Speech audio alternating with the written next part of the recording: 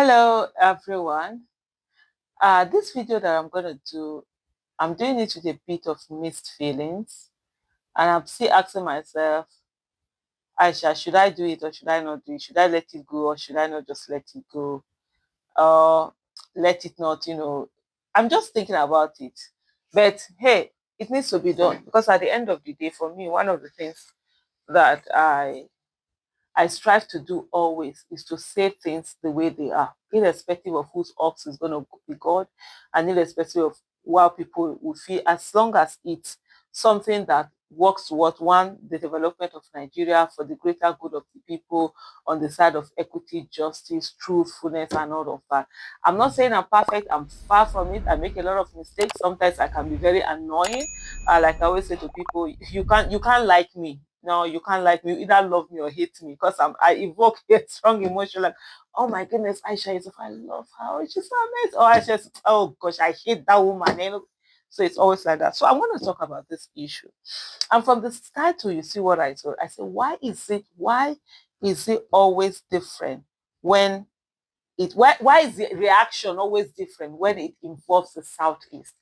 The reason why I'm saying this, we saw the tragic event that unfolded where an armed robbery took place in Abuja in a particular blocks of flats in an estate, and an Arise TV anchor was killed, Somto Chukwu. By the way, that's also my Igbo name that I chose, for myself. And police have been able to arrest some suspects. I think there are 12 of them, if I'm not mistaken. 12 of them or thereabout. They first arrested some first ones, and then later they arrested another one. The second batch that they arrested, they were even on their way to go to Maitama. I mean, they are attacking choice areas, real choice areas. And these attacks have been going on for a very long time. Not just, literally all over Abuja, but people just keep quiet. This one unfortunately, for them, unfortunately for the country, this one was tragic. And one of the victims involved is someone who is popular, and the whole of Nigeria, felt the pain and took it on to the extent that Tinubu even commented on it. So of course, the police are going to go hard and all out there. But what I'm trying to say here is that when all the people that were called were either they were mostly Katsina State. First of all, they were young youth. The oldest that the age, there were some that they didn't put the age. The oldest age there was 27. And I think there was the youngest, if I'm not mistaken, was 20. And there's a female, there's one woman amongst them, amongst all of them. There's one female, her name is Sumaya. Yeah, Sumaya Mohammed, aka Baby. They call her Baby. I think it's even the Sumaya that is 20. So, oh no, I'm mistaken. There was a 31-year-old. The 21-year-old is the one from Maiduguri local government in Borno State and all of that. But the other ones we had Katsina State, there was Kaduna State. I think that's it.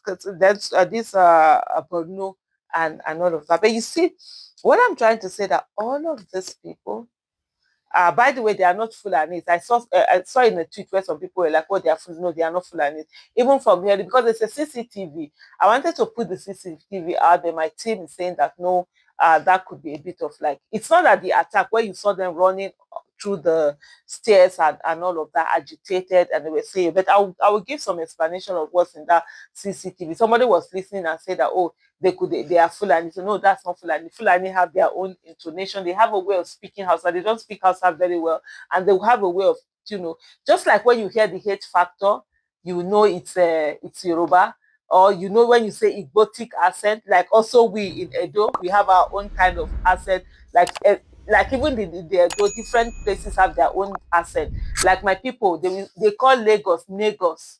You understand? We put L, we have the L and N factor, and also the M, like apple, we call it ample.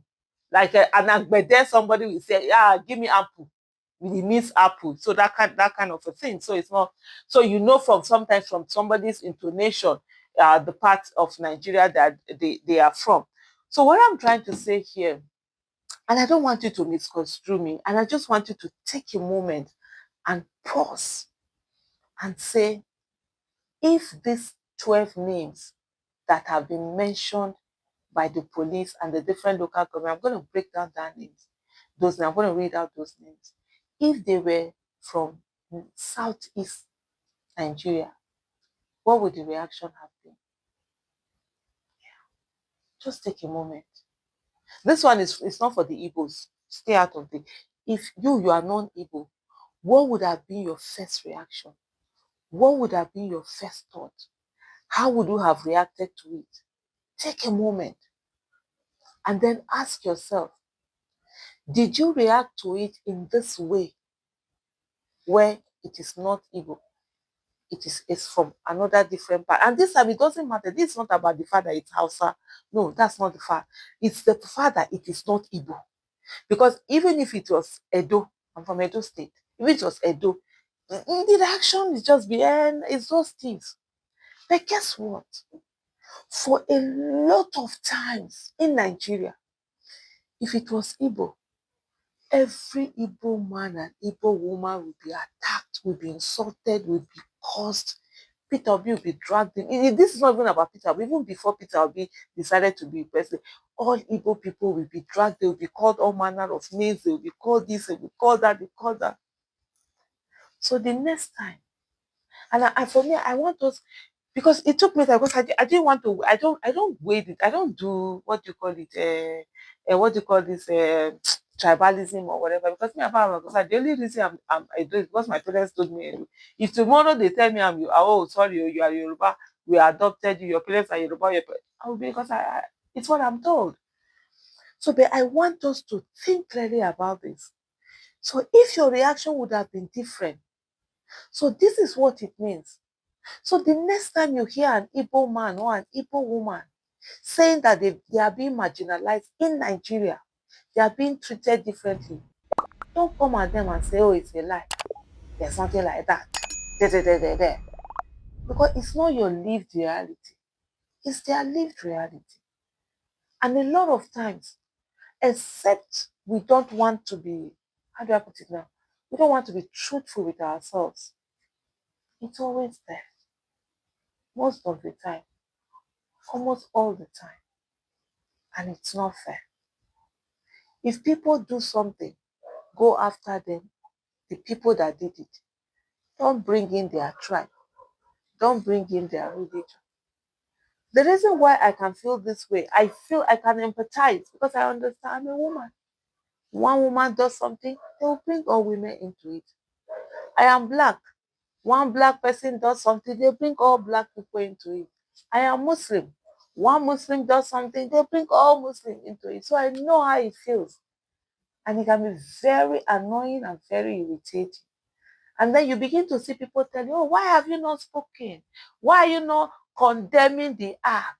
Then when that person that is telling you to condemn it, and when their own did, nobody condemn. Nobody is coming to say, who are the people from Katsina State? Who are the people from Borno? Who are the people from Kaduna? Who are the answers? Why are they not condemning? Nobody. We all see that these are crimes done by criminals, and every tribe, every religion, they have their own criminals. It doesn't mean that everybody that is in that place either practice that religion or is that gender or is that race or is that tribe or that region that are all the criminals. So please, let me repeat once again. The next time you hear an Igbo man or Igbo woman or Igbo child say to you that there's marginalization against the Southeast or against Igbo, don't dismiss it. Think about what your reaction was and what your reaction would have been if it was Southeast. Thank you so much for watching. Bye.